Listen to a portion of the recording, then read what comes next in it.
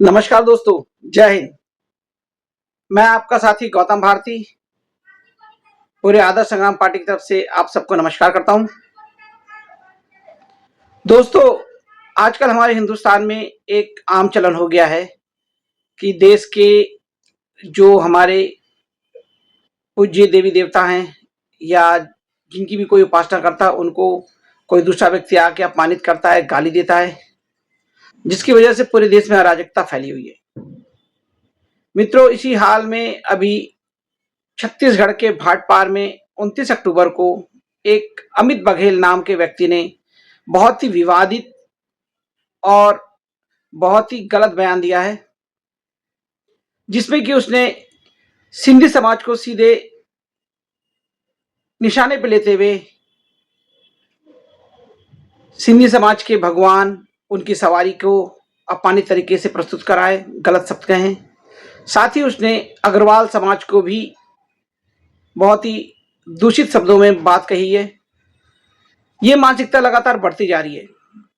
अमित बघेल जो कि एक राजनीतिक संगठन का व्यक्ति है, जो कि जौहर छत्तीसगढ़ पार्टी के नाम से अपनी पार्टी चला रहा है और एक राजनेता को ऐसी बातें शोभा नहीं देती।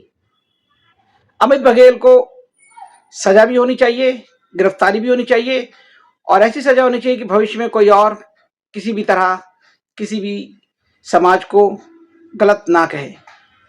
सिंधी समाज जो कि अपने आप में बहुत ही शांत और पूरे देश में अपनी सेवा प्रदान करने वाला है। सिंधी समाज के लोगों ने हमेशा ईमानदारी से अच्छे तरीके से कार्य करा है, लोगों की भावना का मान करा है और बहुत ही शांति प्रिय तरीके से ये जीवन जीते हैं। गुरु की शिक्षा मानते हैं, गुरु का सम्मान करते हैं। ऐसे में सिंधी समाज को गलत कहना ये बहुत ही अपमानित और लज्जित करने वाला शब्द अमित बघेल ने कहा है।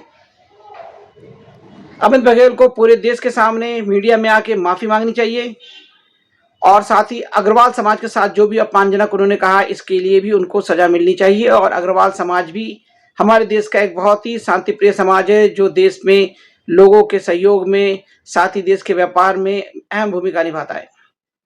अमित बघेल का एक बयान है जिसमें उन्होंने सिंधी को पाकिस्तानी कहा है। शायद अमित बघेल को यह नहीं मालूम है कि आज हिंदुस्तान में कई ज्यादा आबादी हिंदुस्तान में हिंदुओं के भी है जो पाकिस्तान में रहते हैं और अब वापस वहां से आए हैं। बंटवारे के समय ये सब बंटवारा हुआ, जिनको हिंदुस्तान आना था वो हिंदुस्तान आए, जिनको पाकिस्तान जाना था वो पाकिस्तान गए। बहुत सारे हिंदुस्तानी पाकिस्तान भी पहुंच गए और पाकिस्तान में आज भी रहते हैं। क्या आप उनको कुछ कहेंगे?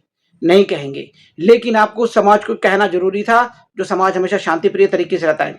आप कहते हैं कि छत्तीसगढ़ के भाटपार में, छत्तीसगढ़ में कहीं पर भी सिंधी समाज की कोई मूर्ति नहीं लगेगी, उनके भगवान की मूर्ति नहीं लगेगी।